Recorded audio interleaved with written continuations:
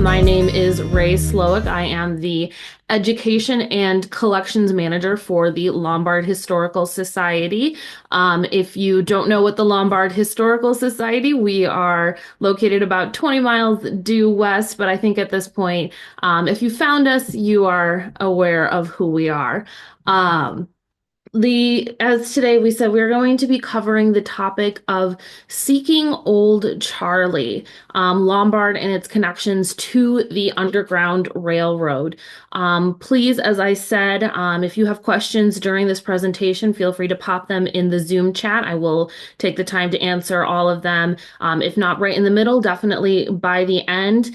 And when covering this topic, I had a group of high schoolers yesterday that came and visited us at the Peck homestead. And I always like to ask them, is this a fun topic to talk about? And sometimes I'll get yeses, sometimes more often than not, I get no.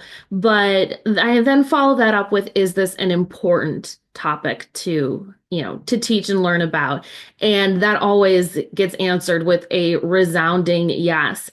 And it's really important to acknowledge that some parts of history make us uncomfortable, that are upsetting. And if we didn't study these pieces of history that make us uncomfortable and upset, then we would be doing ourselves and the people who lived through them a disservice. So it's okay to feel upset during today's topic. I know when I research it, I definitely come across facts that upset me. But that is, as I said, it's important to continue to have these conversations to honor the lives and the people who lived through it. So today we will be talking about what the Underground Railroad is, making sure everyone has that base knowledge.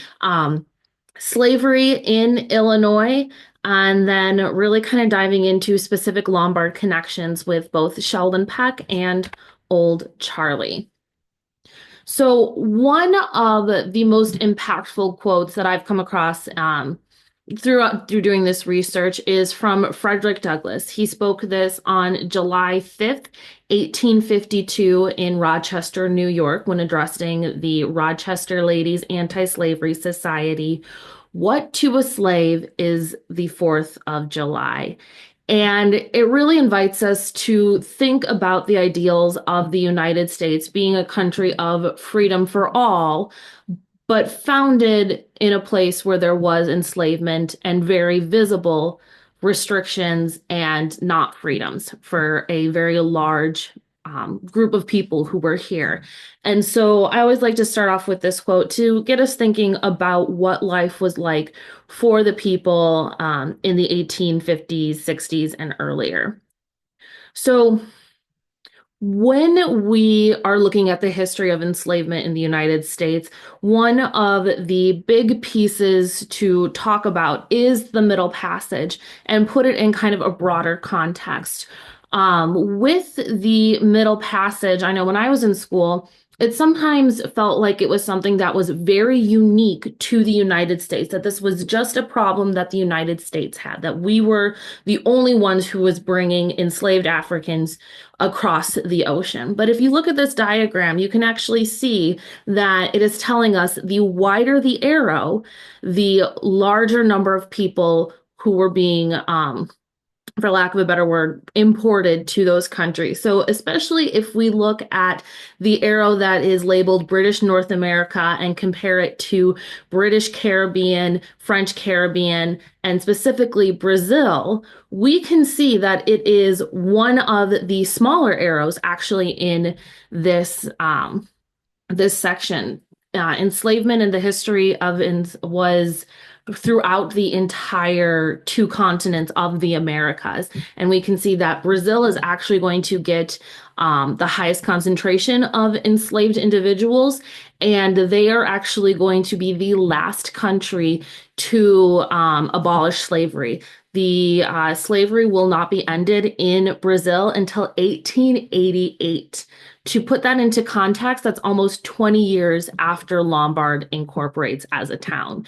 So we sometimes like to think that enslavement is something that happened in the very long distant past, but it is truly and unfortunately and tragically, much more recent than we like to think.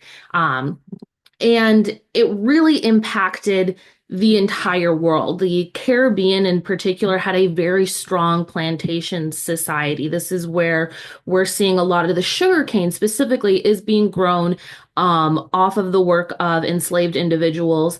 And to put it in perspective, the Haitian Revolution happened, and France was so distraught at the loss of this island, which is about right, it's this particular island right down in this corner, that they were willing to sell the entire Louisiana Purchase to fund um, efforts to re-enslave the people of Haiti. It was more valuable to have this one landmass in the Caribbean than the entirety of the Louisiana Purchase. And so that really puts in perspective just how impactful this economic system was based on the backs of enslaved labor. And truly, the Middle Passage was horrific. They try to pack as many people as possible into these slave ships, and are, not treating them as humans. And many individuals made the choice that it was better to jump into the ocean than remain on the ship. And they are laying down in horrible conditions for months on end.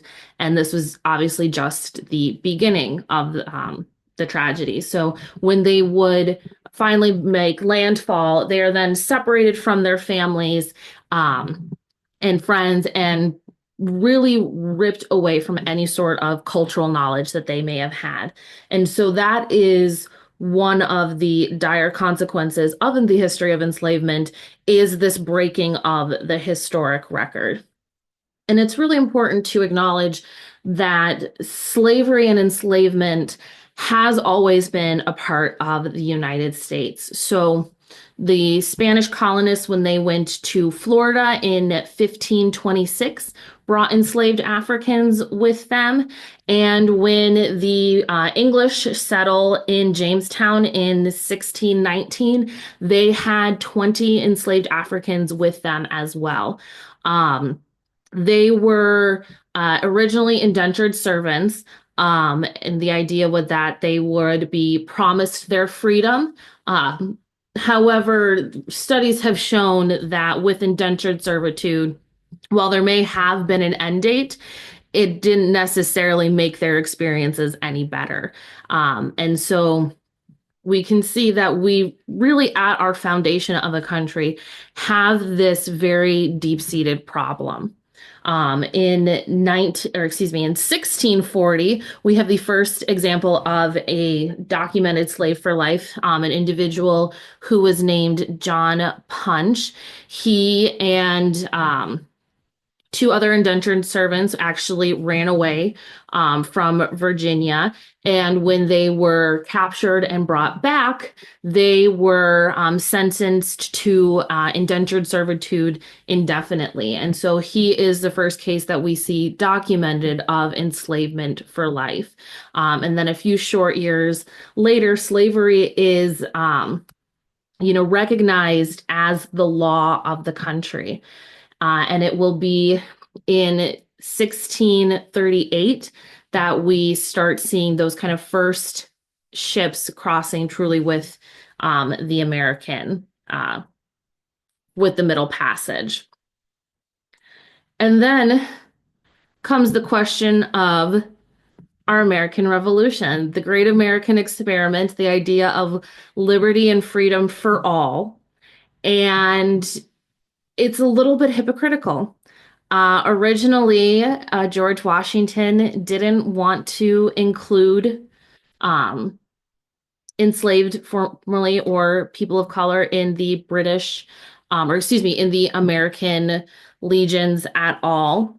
But eventually we see it becoming 10 to 20% of our continental army, simply because it was necessity at this point. And a lot of enslaved individuals wanted to jump at this opportunity because, or rather, he reversed this because on the flip side, the British Army is willing to offer freedom to enslaved people who join the king's forces. And so they're really using, enslaved people as a tool for both sides. So even though we have this idea of liberty and freedom for all, it's still at this point liberty and freedom for a very select number of people. But that doesn't mean that there aren't people who are actively working to abolish slavery. So as far back as 1878, we see the Pennsylvania Society for the Abolition of Slavery was the very first anti-slavery society. And they are talking to Ben Franklin, who they are asking him to into the Constitution add anti-slavery measures. And so he does end up sending this petition in, and it states that they sign this to devise a means for removing the inconsistency from the character of the American people and to promote mercy and justice towards this distressed race. And this is really where we start to see some of those really pro-slavery and anti-slavery sides going in on each other and having very heated debates. Unfortunately, the Senate took no action on this petition and eventually delegated it to a committee for further consideration, which I think is, bureaucratic speech for putting it on the back burner, and we will kick it down the line to have someone else have to deal with it. But we do see more and more people being vocal against slavery here in the United States. And so by 1808, Britain and the US do agree to end the transatlantic slave trade. And so this really warrants or just kind of stops that center portion, that middle passage. So no longer are you legally allowed to take individuals from Africa and bring them to the Americas. That doesn't mean that there weren't people still doing that illegally. And it doesn't ban the trade of enslaved people who are already here. So unfortunately, by this point, we are seeing the population increase to such a point where they're able to take the children of enslaved individuals and transfer them and move them throughout the country to further the slave trade that was happening. And so it really you can still find those manifest in court records post 1808. And so that is one of these individuals, or one of this image that is here on the screen is showing a warrant for a ship that was bringing people over illegally.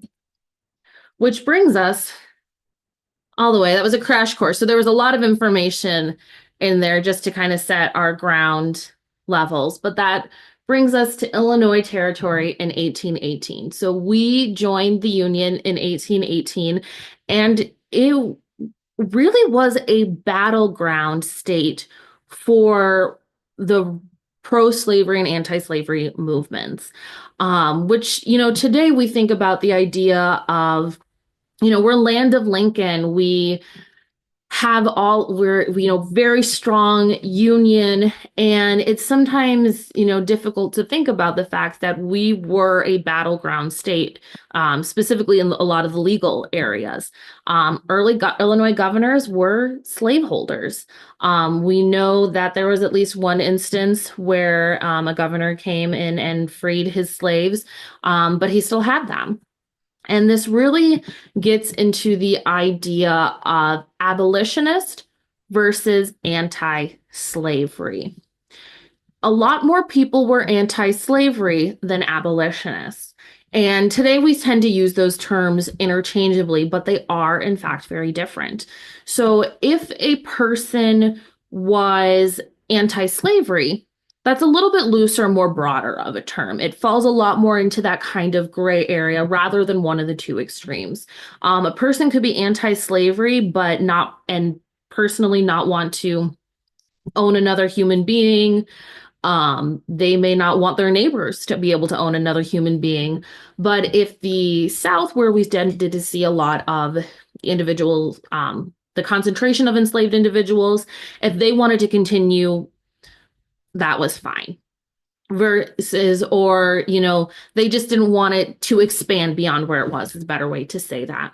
Versus an abolitionist is someone who is looking to abolish slavery, that they are actively working towards that eradication of this system, and taking those steps. And you can even go a step further and be a radical abolitionist, like Sheldon Peck, who we'll talk more about a little bit later, and want total equality. Because there were abolitionists who wanted to abolish slavery and then who wanted to take all of the formerly enslaved Africans and send them back to Africa. And so we can see that there's conflict even within those movements, which is definitely, one way that we really see how that kind of shifts, versus some of the ways that we maybe have either taught or learned about history in the past. Now, we do see that we have codified some very divisive legislation here in Illinois. So we had concentrations of individuals who owned slaves. One of the ways that our state constitution was written is it has the very nice legal phrase of heretofore, meaning that from this point onward. And so anyone who owned another human being or who had enslaved individuals, they could, if they had already had them, they could continue to own them. The image that you are seeing on the left-hand side that has a list of counties, both in white and some are blacked out, those blacked counties, were the ones who voted to have Illinois be an enslaved state when we joined the Union. And they did lose, but you can see that it was a lot closer than maybe we necessarily realized. We also have the Fugitive Slave Act of 1850. So this was a federal law, and it was a very divisive law meant to divide communities.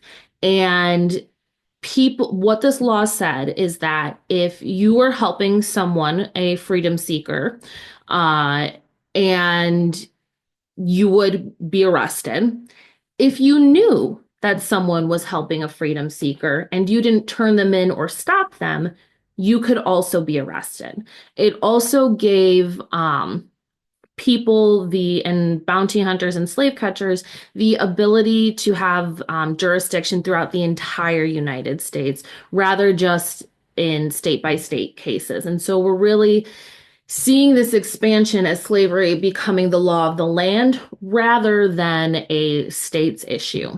And one of the things that really made people upset about this law is people didn't like that the government was policing morality.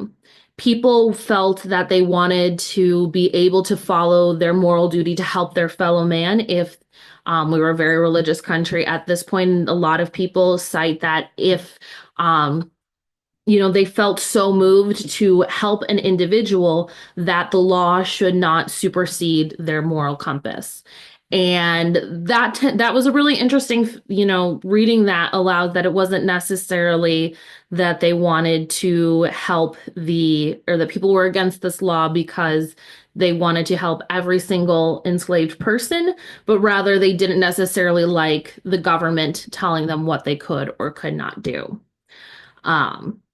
One of the other pieces that legislation we have on law, or rather several pieces, were the Black codes. So that is what the image on the right of the presentation is. This is one is from the 1853.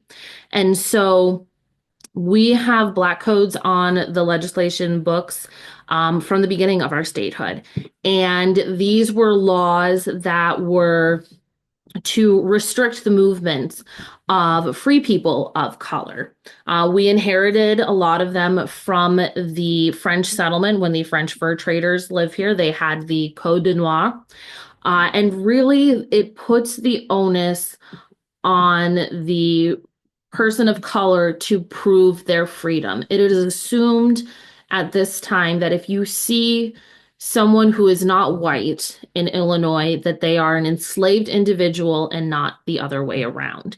And these codes really looked to kind of infringe upon any sort of freedoms that a person might have. So within these codes, they explicitly stated that, and I quote, that Blacks could not vote, they could not testify or bring suit against whites, gather in groups of 3 or more without risk of being jailed or beaten, could not serve in the militia and thus were unable to own or bear arms, and Blacks living in the state were required to obtain and carry a certificate of freedom, otherwise they were presumed to be slaves. So there's that presumption of that these individuals were presumed to be enslaved rather than free. And as we listen to those codes, they're really some of that language might sound familiar of, the right to bear arms, the right to gather peacefully. They are truly, looking to eliminate some of those inalienable rights that the Constitution and the Bill of Rights and other amendments grant to citizens. And so we really do see that Illinois, even though we are a free state, that there were many pro-slavery sentiments here. And it oftentimes did lead to violence. So one of the martyrs of the anti-slavery and abolitionist movement is from Illinois. So we have Elijah Lovejoy, who was originally from St. Louis, and he started printing an anti-slavery newspaper, and which was very unpopular because St. Louis was in Missouri, or is in Missouri, I should say, didn't disappear. But Missouri was a slaveholding state. And so to have someone actively speaking out against what they saw as their economic best interest made him very unpopular. So one night he has his printing press, a mob comes, throws his printing press in the river, and runs him out of town. Now, I have to say that this is an impressive feat of strength because we are talking about a printing press from the 1830s and 40s, which is about a ton, and takes up an entire room. So these people did not want to hear the facts from Elijah. He is able to move up north to Alton, Illinois, where he then gets a second printing press. And once again, continues to print because he believes in this movement and the idea that enslavement is wrong. And so again, a mob comes for him and destroys his press. And his investors give him one more chance. They say, after this, we don't have the money to invest in another press. And so he knows this is his last kind of opportunity to be able to share the word and the message of anti-slavery and abolition. And he hears that a mob is coming for him again. And so he goes to defend his printing press. The mob sets fire to his factory or his warehouse, and he is shot dead and murdered. And so his brother then goes and tells, it is a very lengthy title. It is The History of the Rise and Progress of the Alton Riots, culminating in the death of Reverend Elijah P. Lovejoy. And so his brother Owen shares his story, and it's interesting to see that this is someone who became a national martyr who was here in Illinois. So we really do have a violent history when it comes to the Underground Railroad. And we can see that violence is I won't say deserved, but it is truly reasonable because we see that there are 3.9 million enslaved people during the 1860 census, and it is 13% of the population. So this is a very large number of individuals, kind of all centered around economic places of power in the South. If you look at the map, this is showing the density of enslaved individuals. Areas where it is darker, there are more enslaved individuals. Areas where it is lighter, there are not so many who are there. And you can see it's centered around the Mississippi Valley, as well as along the coastal areas, and then rightly so getting less dense along Appalachia. And so this gives us a good primer to talk about the Underground Railroad. Now, I always say this for every presentation that I give, the Underground Railroad was not an actual railroad, nor was it underground. However, I can see why people get confused because, in fact, the Western Citizen, which was an anti-slavery newspaper run out of Chicago, actually, in order to find like-minded individuals, ran an ad that had a train going through a tunnel. So they did lean into kind of the symbolism of that. And when we break down the term, the idea of underground meaning secret versus railroad being a network of individuals. And so the image that you're seeing on your screen is approximation of this kind of network or common paths. People are really going to be following, rivers as well as other kind of natural phenomenon. And most of the freedom seekers are coming from those border states because at this point, the goal, post 1850 with the Fugitive Slave Act is it's not just safe enough to get to those free states, as we saw with the legislation. They're not entirely welcoming.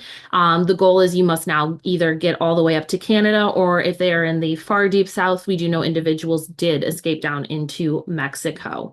And north and south. And so it's really relying on these networks to complete their goal, which brings us to our Sheldon Peck homestead. So this particular image is from, I believe, the 1870s or 80s. I'm forgetting the exact year off the top of my head, but this is post-Civil War for sure. And it is the home of Sheldon Peck. Sheldon Peck was a radical abolitionist.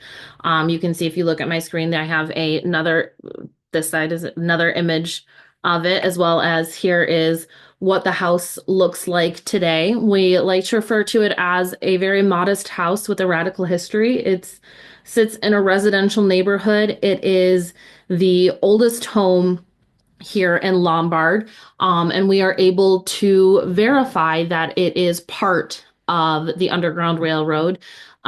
Sheldon was a nationally known folk art painter, and so he used his connections and his painting to travel through the state. We know that he had a studio in Alton, so he's building that connection with the anti-slavery movement there. We have his name on lists of anti-slavery and abolitionist meetings as a delegate, and we also have the people he's painting. So the painting that is on the left, that is of the Wagner family, who are also well-known abolitionists out in Aurora. So we're able to help build out that connection. And then the image on the right is Sheldon and his wife Harriet sitting near their home in the later years of their lives. One of the true things, though, that we have looked to find more about and have in our collection is Old Charley. So, and this is this research was done on a grant funded by the Association for the Study of African American Life and History, funded in part by the National Park Service. And the research questions centered around this particular painting. Sheldon passed along his painting expertise to his children. We have done paint sample analysis on this painting, and it dates the paints to the mid 1850s. We believe that this particular painting was done in 1856 by one of his daughters, Susan Peck. And this is a very powerful piece of art that that Susan created, and shows the dedication that Sheldon and Harriet had to the cause of abolition. A lot of the times when paintings were done of African Americans or enslaved individuals at this point in history, if they were in the foreground, they were a caricature. They were, had very minstrel and, vaudeville type features about them, versus this painting is just showing Old Charley and who we believe to be Abigail Peck, another one of the Peck daughters, standing and sitting together, performing music. And it's a little bit difficult to see in this, but Abigail has her hand on Old Charley's shoulder. And so we have had research on him for years. The family has always told us that this is Old Charley. And so we wanted to discover more about who this individual was. We have some pieces of Frank Peck, who was the youngest child of Harriet and Sheldon, talking about his experiences living in a house that was on the Underground Railroad. He would have been a younger child during the active periods of them being part of the Underground Railroad, but he had a reputation of being a really good history person later in life. So he writes down his memoirs. And so he writes, this excerpt reads, Charlie was a fugitive slave, as black as a stovepipe on the outside, but as white as snow on the inside. When I was scarcely more than a babe, I sat on his knee and sang his plantation songs with him. He stayed with my parents till the war for freedom commenced between the North and South, and was among the first to enlist to free his race from bondage. While with us, he took lessons in all our school studies, learning to read and write, and various other studies, burning the midnight oil in the chamber underneath the rafters after his day's work finished in the field. He also took up lessons from my father, as he was an artist and became quite efficient. Such a character was hard to find. He was true blue. And so through the decades, for better or worse, Frank wrote them all down kind of either in a spiral notebook or just on loose pieces. And so various family members have gotten pieces of his memoirs. And so over several decades, these pieces have come to us to help us round out this story of who Old Charley was. But there's a lot more to be said about this individual. And so doing this research, we wanted to find where Old Charley went after he leaves the Peck homestead and where he was coming from. And so this is a very challenging part of history to research, because one of the consequences is the obliteration of the historic record, and especially in regards to people who, by the U.S. government, were deemed as property. And a lot of the records come in the form of either receipts or court documentations and give very little discerning or identifying features. In fact, sometimes they just give a height, maybe an eye color, and a gender, which if you're trying to track a specific individual, there are lots of people who are 5'4", 6'3", who might all have brown eyes. And so it makes it much more difficult to be able to track who these people are. But in doing this research, we were able to come across 6 stories. One of the ideas, we found a reference to an individual of old Charlie, old free Charlie Wilson. Sorry, got those right words, wrong order a little bit.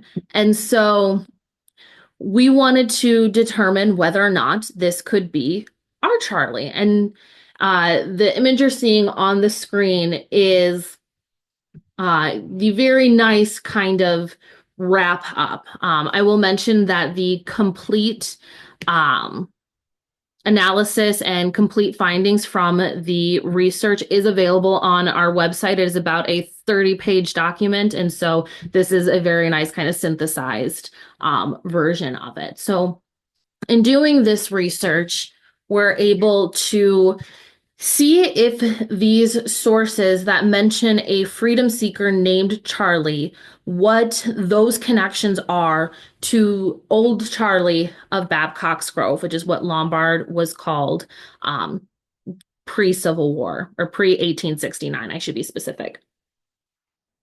And so when we look at the sources in Western Illinois specifically, we find that there are at least 6 stories or 6 sources of a Charlie kind of in and around that Quincy, Illinois area. And a lot of them have very similar undertones and very similar identifying kind of features. Most of them mention that Charlie is married and has a wife.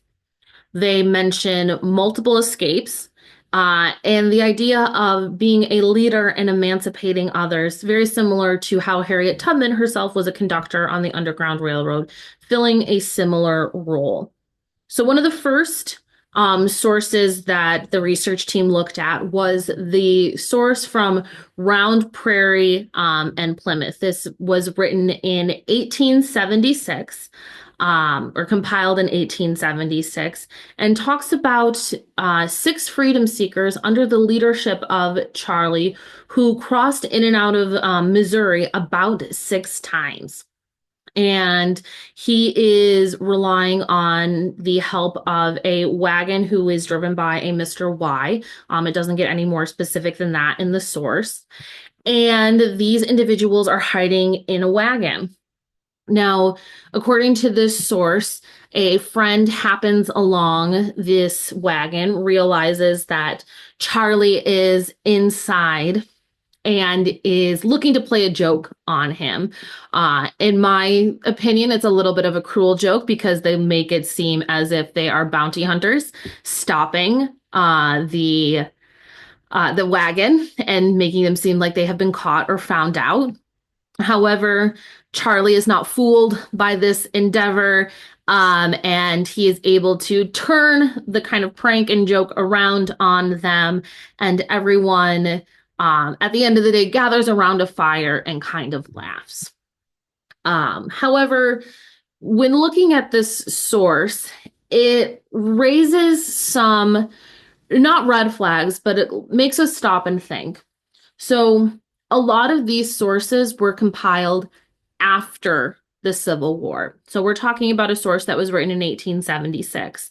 And this is something that happened obviously pre-Civil War if we're talking about the Underground Railroad. And that can lead to some of the details being distorted from the original telling. And it's a little bit of a game of telephone.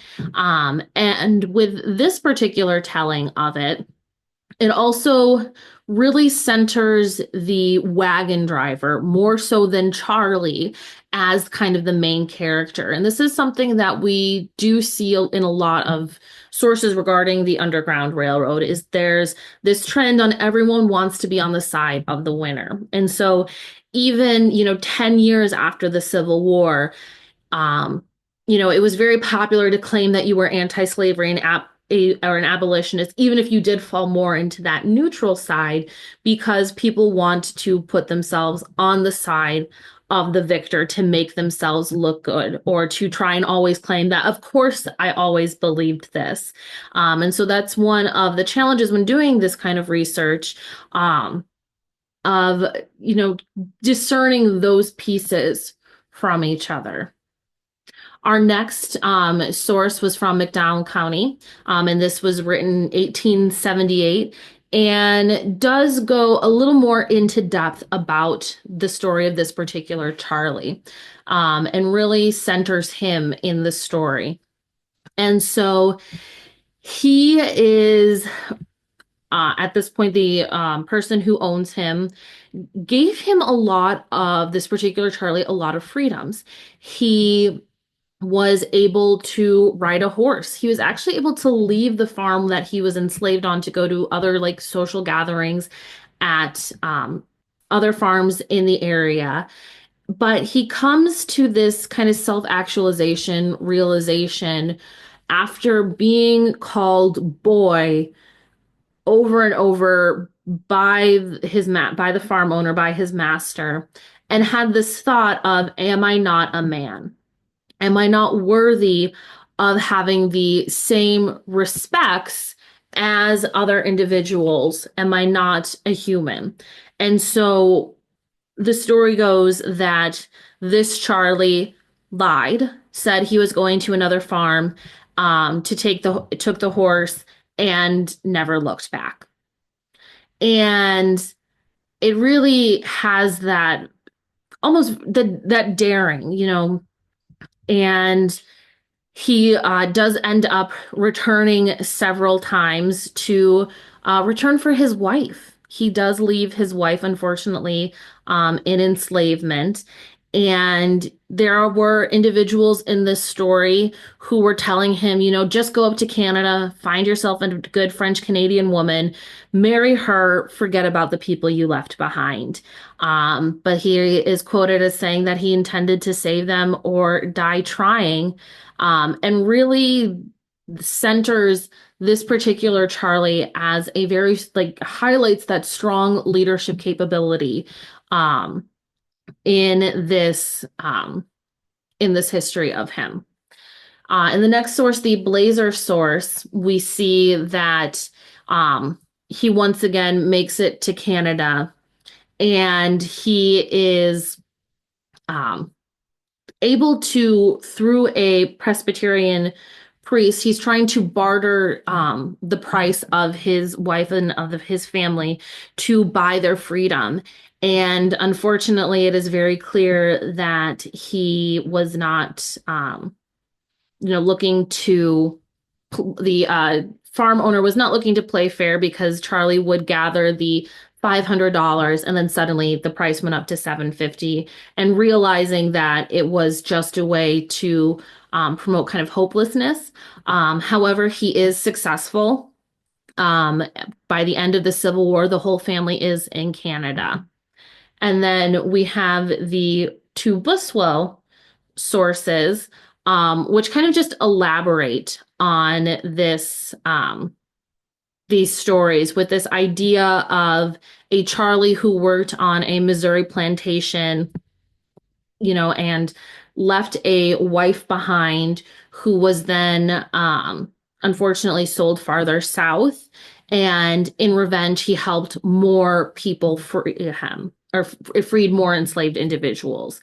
And one detail that comes from this particular source is the idea that Charlie came across a white farmer in the middle of the night, and a white farmer tried to turn him in for the reward money, but Charlie was able to fight him off and give him a pretty good injury, and continue on his way. And the farmer never really reports it, or at least not until much later, because he either doesn't want anyone to know that someone got the drop on him, that an enslaved person got the drop on him, or for just whatever reason, he never really shared that story.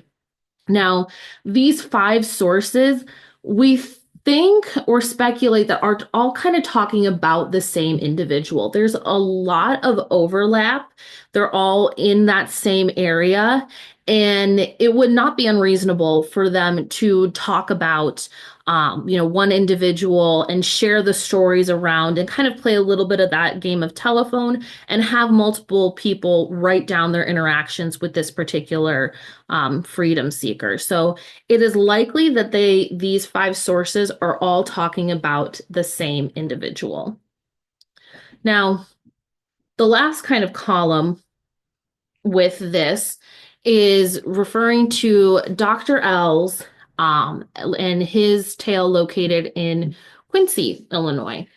So Dr. Ells was actually at one point the president of the Illinois Anti-Slavery Society. And so he was working as an abolitionist, and he actively worked to ferry people to safety. So Dr. Ells one night is working, and he is informed that there is an individual, Charlie, swimming across the Mississippi River. I don't know if any or if everyone has been to the Mississippi River and truly seen how wide it is. I know I'm pretty sure it was the Mississippi that my cousin, when before I was born, when she was much younger, got bitten by a snake. And when she was along the Mississippi River. And even though they would not have had kind of the mega barges that we do today, there absolutely still would have been boat traffic up and down. And I don't think it's a place that I would really want to go for a midnight swim. And so the freedom seekers are taking that risk and undertaking that challenge to make it into a free state.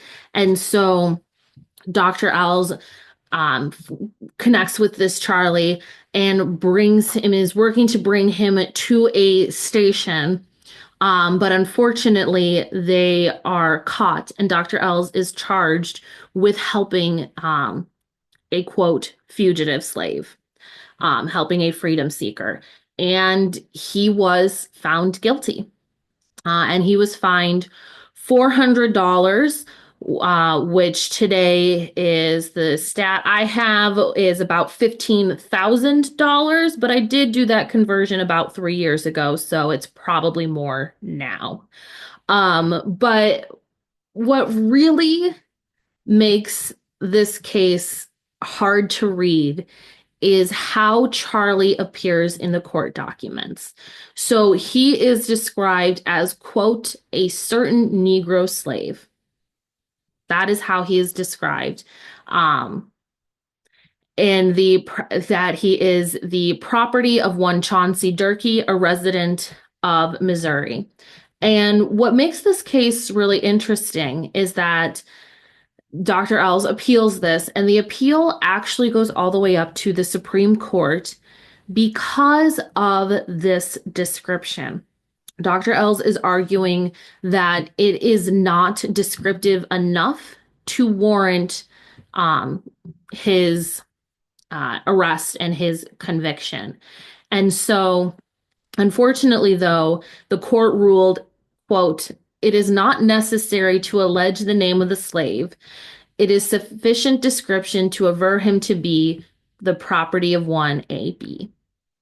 And so we're really seeing how the institutions at the time are really working against the abolitionists and anti-slavery. Now, we do think that there is a connection between this Charlie and our Old Charley of Babcock's Grove because of some of the links between the age and where and when the escape happened. However, we have not been able to prove that beyond a doubt. And that's really what this research was trying to undertake, is proving beyond a doubt those connections. And so we're likely the kind of 5 sources, or the kind of the 3 Charlies that we have up here, the ones from, kind of near Macomb area and Neponset. Charlie was a popular name as it is today. I know multiple Charles, and so it is likely that they might all be separate individuals, and none of them could be our Charlie. But it leads us into, doing this kind of research is exciting because new information can and will always appear.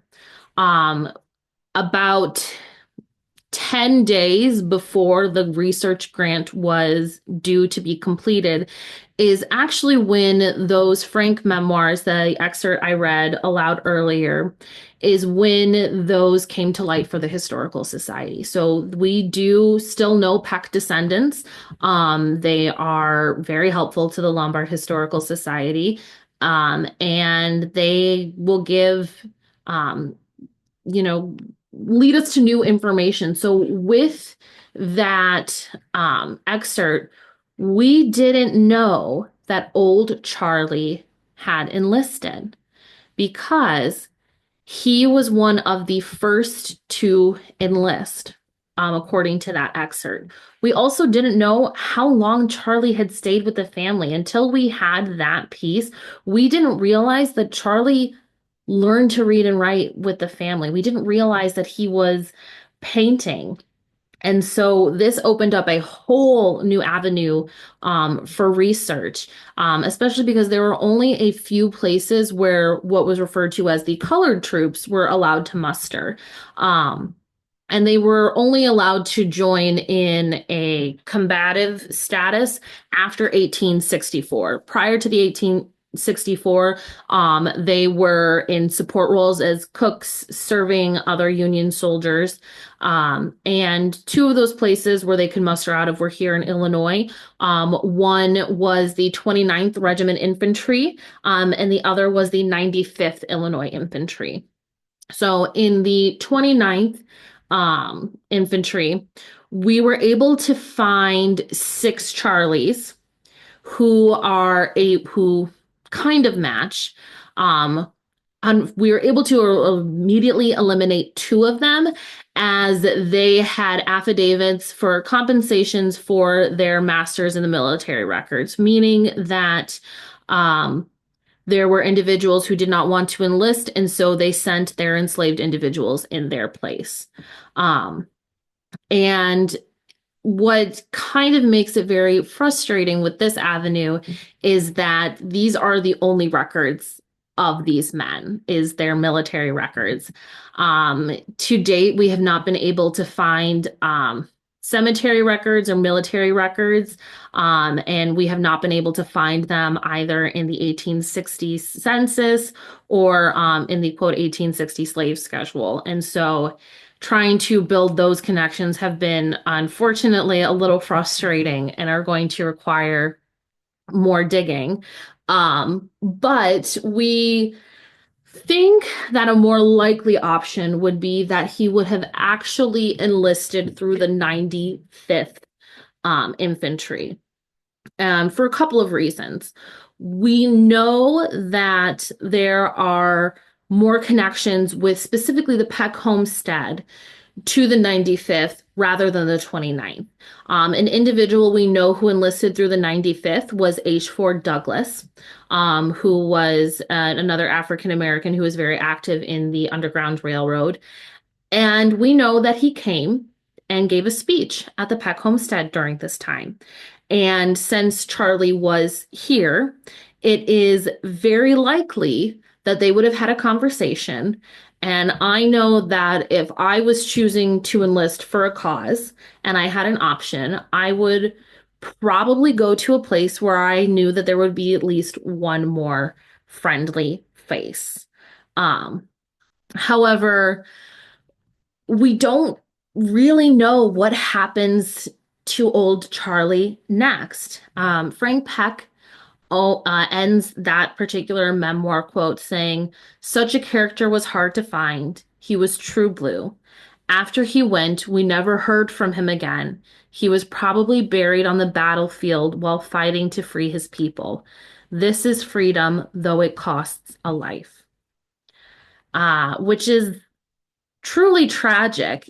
You know, it's the idea that he lived with this family for 10 years. He worked and toiled along with them in the farm. He was a family member. He learned to read and write, and they never hear from him again. So I do have to unfortunately agree with Frank's speculation that he probably did die at some point on the battlefield. And unfortunately, even though these were men who were sacrificing their lives for a cause that they believed in, their records were not necessarily kept and not necessarily written down. So it brings us back to this question of, so who was Old Charlie? I don't know if he is any of the individuals that I have talked about today, but it is still nice to tell the stories of all these Charlies, and bring their lights and their names back into the light, to be able to talk about their incredible work that they did serving on the Underground Railroad. Um, it's when looking at this painting, we don't even necessarily know if this is 100% Old Charley. The family tells us that it is Old Charley, so we will continue to always refer to him as Old Charley. But, Frank refers to Old Charley being black as a stovepipe. And especially knowing that he went to enlist in the Union Army, uh, you don't necessarily see people with the moniker old going to be a soldier. And so it does lead us to have those conversations, which is really important for history to always kind of question what you know and how you know it. So is this individual Old Charley? Maybe. I will certainly, as I said, certainly always refer to him as Old Charley. Um, but it could very well be him, and Frank and the children called him old because he was aged prematurely. He would have lived a very hard and difficult life, and that would have shown up on his face and on his skin, and especially to a 5 or 6 year old, and younger. Especially when you're that age, anyone who is above the age of 15 is old. And so it could very well be that old Charley was only maybe 25, 35 when he went to enlist, which is well within the age of when he would have been accepted into their ranks. And so the exciting thing about research and history is that it does lead us to more questions. And so even if it is sometimes frustrating to not have a perfect storybook ending, to know exactly what happened to old Charley. Hopefully we find those answers someday. And hopefully along the way with that journey, we learn about even more incredible individuals who, like old Charley, like Sheldon Peck, were part of this, you know, uh, group, who worked so hard to ensure, that ideal of life, liberty, and the pursuit of happiness. And so, a great quote from Rick Atkinson that I like to end with is, their story, for better or worse, is our story, and their fight remains our fight. And so here are just some more individuals who are part of that old Charley, who very well could have been him along the way. So at this point, as we are coming kind of to the end of our time together, if you have any questions, please feel free to pop them in the chat. And while you're typing, if you have I'll let you know that we do have other upcoming events. If you don't follow us on Facebook or aren't a part of our e-blast, I highly recommend joining that. A week from Saturday, we are hosting our next in-person event. We are hosting Betsy Means of Women Lore, who will be presenting Fish and Fetish, the Victorian explorer Mary Kingsley and her incredible journey as a woman naturalist in the late 1800s, as well as we will also be showing next month a documentary on Ellen Martin, who was the first woman in Illinois to vote. That will be on March 29th at 2 p.m. in the Carriage House. And then also on that same day, we will be opening our newest exhibit at the Peck Homestead, which will be all about the women of the Peck family. At this point. So definitely make sure that you are following us on Facebook, liking our social media posts, subscribe to our email newsletter. And you can always find information about upcoming events on our website, which is lombardhistory.org. I say, well, as it looks like there are no questions coming into the chat. I want to thank you guys so much for joining me on this lovely Thursday evening. And hopefully you have a wonderful rest of your day, and I will hopefully see you guys all again very soon. Have a wonderful rest of your evening and take care, everyone.